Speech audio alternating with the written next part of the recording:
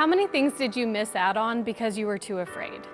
Fear is a normal, natural emotion. It helps protect us from harm and danger. But when it's not a life or death situation, it can hold us back. That fear usually stems from fear of failure, other people's opinions, rejection, or maybe just the unknown. So how do we start to face our fears head on? Let's talk about the idea of being fearless. Ultimately, that doesn't exist.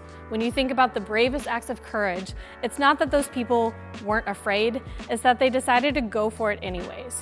So the first step in facing your fears is knowing that it's going to be there. Think about the example of sharing a new idea with colleagues. That can be scary, and that's okay. The next step is to label what the source of the fear is coming from. Is it a fear of other people's opinions? Is it a fear of fumbling over your words? Where's that fear coming from? Because once I label it, I take away its power.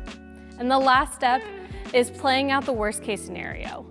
Usually we get stuck in the fear, we don't finish that sentence, and then we spend time paralyzed by it. But if we finish the sentence, then usually we have the resources to be able to cope.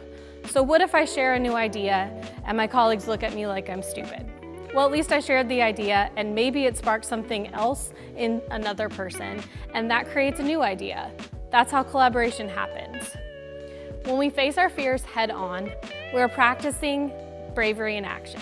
When we do that, we create new opportunities not only for ourselves, but for those around us that may not have been there if we hadn't decided to go for it anyways.